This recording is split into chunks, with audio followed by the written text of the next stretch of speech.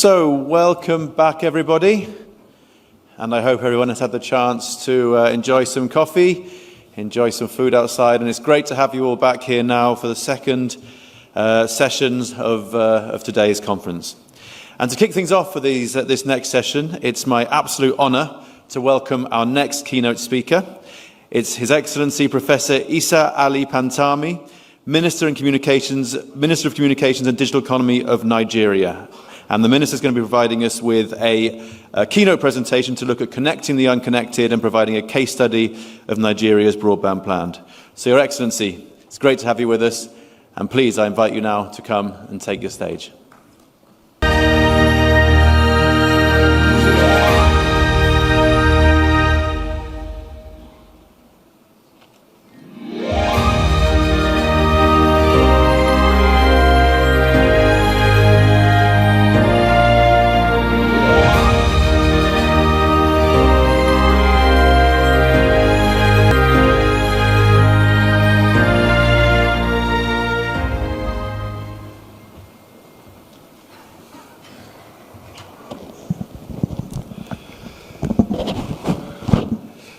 My good friend and brother, the CEO of Communications, Space and Technology Commission, His Excellency Tamimi, other speakers here present with us, stakeholders from the digital economy sector, my colleagues from Nigeria, good afternoon to all of you. Assalamu alaikum wa rahmatullahi wa barakatuhu. May Allah's peace, mercy and blessings be upon you. Firstly, permit me to begin by appreciating the effort of Communication, Space and Technology Commission for inviting us to come from Nigeria and be part and parcel of this very important event. I also want to use the opportunity to commend the Kingdom of Saudi Arabia for becoming an active player in the fourth industrial revolution. A lot is being conducted in this country when it comes to the fourth industrial revolution. The effort of the kingdom is highly commendable and it deserves to be emulated. Furthermore, I have been informed that the Communication, Space and Technology Commission organizes this event in partnership with the International Telecommunication Union, ITU. This is another point that is also important, that today digital economy sector cannot be developed in silos. There is need for more collaboration and partnership. No country or institution has the monopoly of wisdom and knowledge. It is because of this collaboration, partnership, and supporting each other is necessary in order to be successful in having an excellent digital economy, either in our country or globally. In addition, the theme of the discussion is very apt because it deals with connecting the unconnected. Why do we need to discuss about connecting the unconnected? To me, to have a good life today, to be successful economically, socially, educationally, medically, and otherwise, connectivity is no more a luxury, but rather a necessity. We have learned many better and bitter lessons during COVID-19 pandemic. There are some better lessons we have learned, and there are some bitter lessons we have also learned. COVID-19 swallowed the world, particularly in the second quarter of 2020, up to the end of the year. Nobody was anticipating it. There was not any budgetary provision in our countries on how to handle. We were compelled to go into lockdown. almost everything was disrupted. The few countries globally that had an excellent connectivity, their education was functioning, economy was functioning. Why? Because of the connectivity. In the developing countries like in Africa and part of Asia, many institutions were completely locked down. Even communication was difficult. So the lesson we have learned from COVID-19 pandemic has compelled us to know that to have a better life, connectivity is no more a luxury, but rather a necessity. This necessity in security is a necessity today because the technology we deploy in our security, they need connectivity to function. At least the 8 systems being deployed in security, without connectivity, they will not function effectively. Whether the command system, computer system, communication system, control system, information system, intelligence system, reconnaissance systems, and many more. None of them will function without connectivity. It is because of this, connectivity is key to our security. Connectivity is key to our education. Connectivity is key to our economic development. It increases precision and accuracy. It saves time and energy. And it allows us to have wider coverage in whatever we do. Furthermore, if you look at the global statistics, according to the United Nations Department of Economy and Social Affairs, by the 15th of November 2022, what is today's date? 9th of November. So in the next 6 days only, by the 15th of November 2022, the world population could reach 8 billion people. So we are only 8 days away from hitting 8 billion people. And if you look at the statistics of available, the people that are connected today are about or even less than 5.3 billion people globally, within that range. And people that are unconnected are within the range of 2.7 billion people. So if you look at percentage-wise, you will discover that we have around 64% connected and approximately around 36% unconnected. So by implication, we have a little higher than 1/3 of the global population unconnected. So we have a lot to do. Only around 2/3 of the world population connected today. So if you look at it, to say at least 1/3 of the whole world population unconnected, they have no privilege to access to education as we have, access to economic activities as we have. They have no access to the facilities and resources available online with regards to health, medicals, and many more. And sometimes one may not be able to appreciate the value of the connectivity until he experiences it. Without experiencing it, one may not be able to know. So the need for redoubling our effort to ensure that this percentage is connected lies on our shoulder, those of us who have been benefiting from the connectivity and also know the value of that connectivity in whatever we do.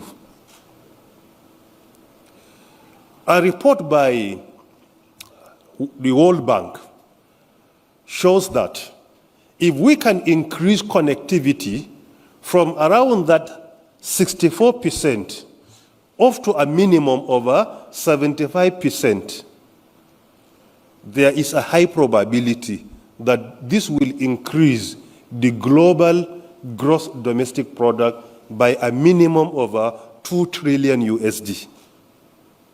This is one of the benefits of the connectivity. Look at it.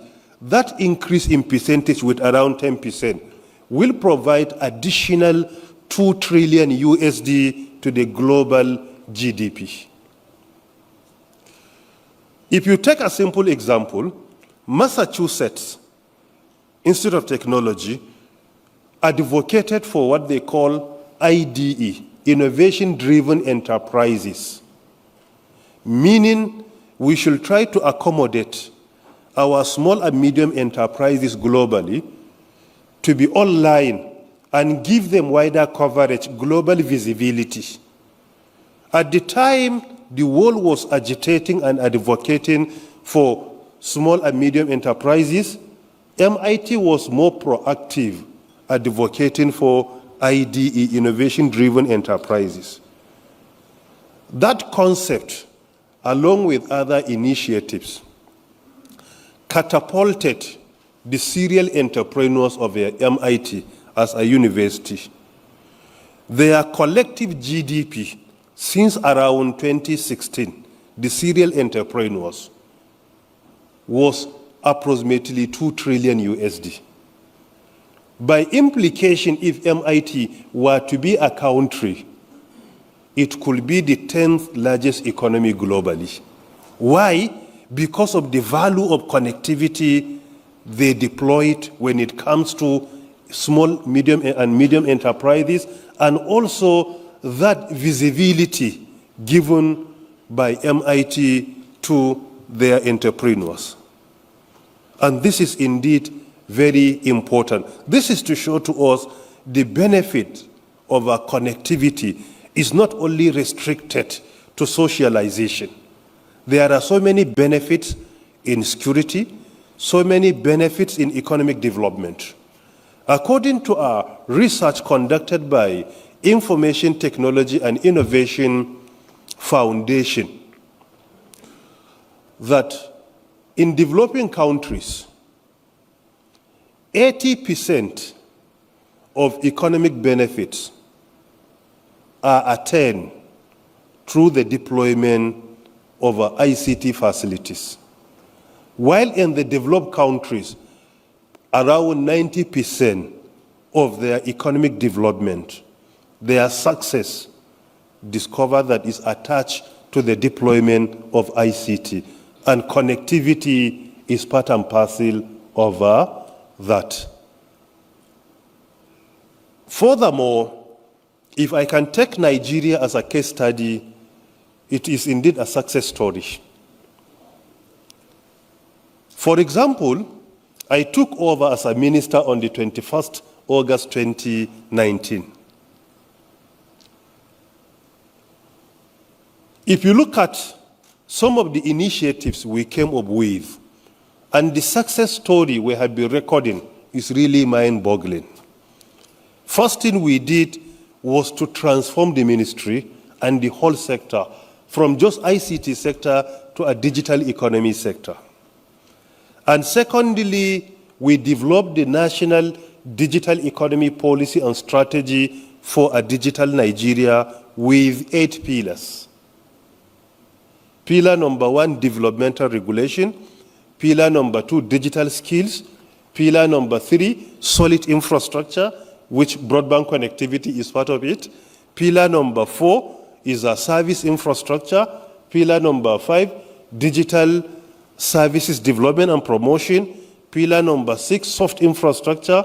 Pillar number 7, digital society and emerging technologies. Pillar number 8, indigenous content development and promotion. These are the 8 pillars in our national digital economy policy and strategy. In order to simplify the implementation of the policy, we came up with so many policies. So far, we have around 19 national policies, and 17 of them are being implemented, including our Nigerian National Broadband Plan 2020 to 2025, which we have achieved a lot when it comes to its implementation. With that effort, in the digital economy sector, in the last 3 years, When it comes to contribution to GDP, we have set up 3 unprecedented records, year in, year out. For example, in the first quarter of 2020, the ICT sector alone, without the digital services. So ICT sector is only a subset of the digital economy sector, only a subset. So we are talking about that subset. Only the ICT sector contributed around 14.72% to our GDP. Secondly, in the second quarter of 2021, we set a new record of contributing more than 17% to the GDP. Look at the increase within 1 year. In the second quarter of 2022, this year, the ICT sector contributed 18.44% to our GDP. It is indeed the fastest growing sector of our economy in Nigeria. For example, in 2020, it was the only sector that grew by double digits. It grew by 14.70%. And not only that one, it is the only sector in the whole year that grew by double digit in the country. And if you look at the second fastest growing sector of our economy to the 7th fastest growing sector, 6 of them combined together, their growth rate was not up to that of ICT sector alone. And this has been supporting our economic activities in the country. And it is the sector that played the principal role of lifting out our country out of recession that was triggered by COVID-19 pandemic. We went into recession because pandemic swallowed the whole world, including our country. We were not anticipating that. So what happened? Immediately, we set up some initiatives at the federal level of government. The developed countries predicted that Nigeria could exit recession by the end of 2021. We exited that recession a year before the time predicted by the developed world. This is to show to us that connecting the unconnected is no more a luxury, but rather a necessity. And this is not only restricted to one sector. If you look at the entire sectors, this connectivity is no more a luxury. In health, it's no more a luxury. In our education, it's no more a luxury. The same with our security. The same with our economic development. Whatever we do, we will discover that this connectivity is becoming a necessity by the day. It is because of this I want to use the opportunity and this very important event that those of us that are connected, it is our responsibility to ensure that those that are unconnected get connected. This is indeed very important because we know the benefits of our connectivity. Stakeholders at each level have a role to play. At government level is to provide the enabling environment for the connectivity, for the private sector to be successful. Let us make our regulatory instruments to be very friendly so that we will be able to attract more investment. Secondly, also government needs to provide intervention and subsidy as the need arises. For example, in Nigeria, we have what we call Universal Service Provision Fund. This is a fund that is being provided by government year in, year out in order to provide connectivity to unserved and underserved areas. We have areas that are not profitable, mostly because of a lack of population. It's a huge landmass in our country, even though we are not up to Saudi. Saudi is around 2.1 million square kilometers. I know we are not up to that in size, but still it's a huge landmass. So you'll discover that there are some communities of not more than maybe 1,000 people, some 2,000 people, and there are no strong economic activities that they will be able to utilize. So private sector, usually their investment focuses more where they will be able to get more profit. So government should always try to provide intervention or subsidy so that underserved and unserved communities will be able to get connected and get more benefits from that. And thirdly, as well, introducing certain incentives like tax holiday, pioneer status, among many others. These are some of the initiatives that will attract more foreign direct investment. And at the same time, roll out obligation. For example, we have a law that allows regulatory institutions and regulatory bodies of government to give targets even to private sector. This is part of roll-out obligation because of national interest. And furthermore, we need to create more awareness. There are many people into business, investing, but many of them do not know the benefits of investing in the digital economy sector. By creating more awareness, we will attract many more investors globally to come into the digital economy sector and invest. The more they invest, the more we create many more jobs globally, the more we support economic development, because today, if you look at the ICT sector or digital economy sector or connectivity, each and every one of them is no more a standalone sector, but rather it is the key enabler of other sectors. It is the sector that is unlocking the opportunities, the potential opportunities we have in other sectors.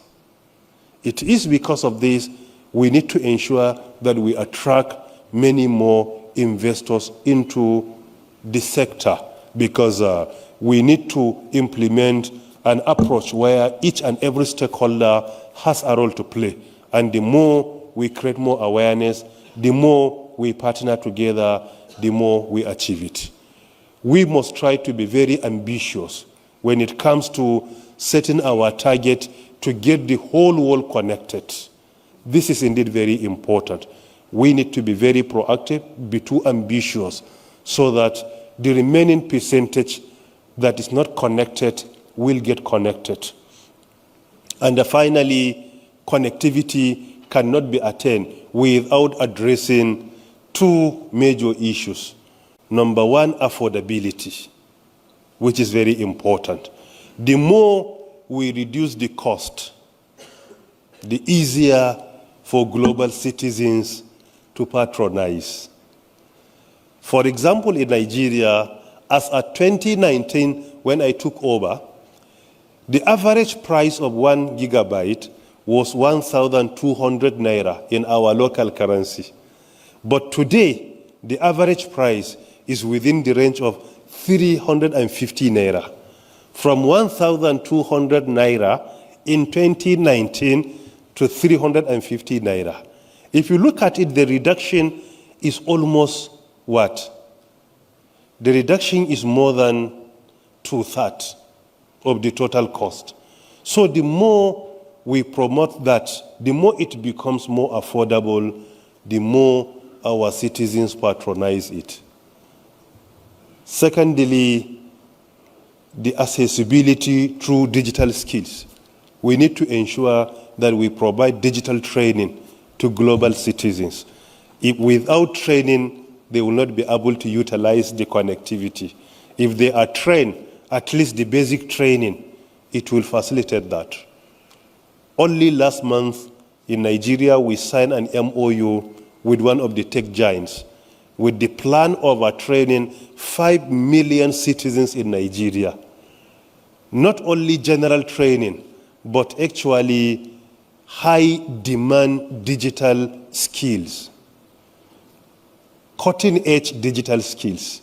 So we should try to be more ambitious in making sure that our citizens are digital literate. And we must introduce many programs that will ensure that no one is left behind.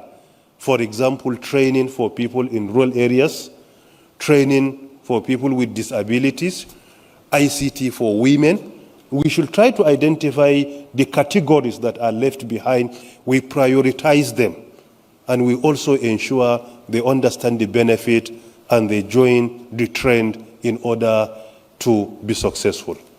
And finally, I want to once again use the opportunity to thank the participants, particularly those who have joined us online. I have heard that we have thousands of people joining us online, and I do hope that as stakeholders, we will continue to work together to create awareness and also to be too ambitious so that the remaining percentage of the world, which is around 1/3 of our global population, get connected.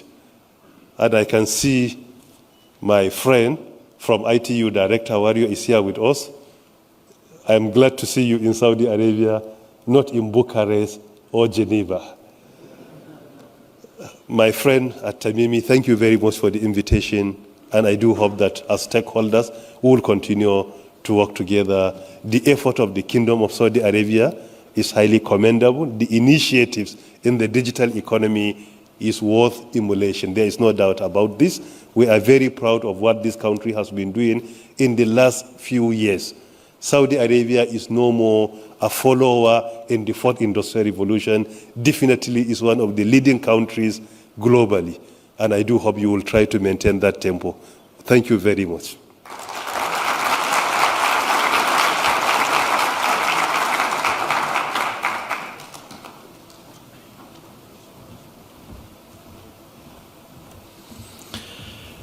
So thank you so much to His Excellency for those truly inspirational words, and I think you'll all agree it's fantastic to hear about the journey that Nigeria has been on, and we offer them all huge congratulations for the progress that they have made in connecting the unconnected, and of course for the journey ahead.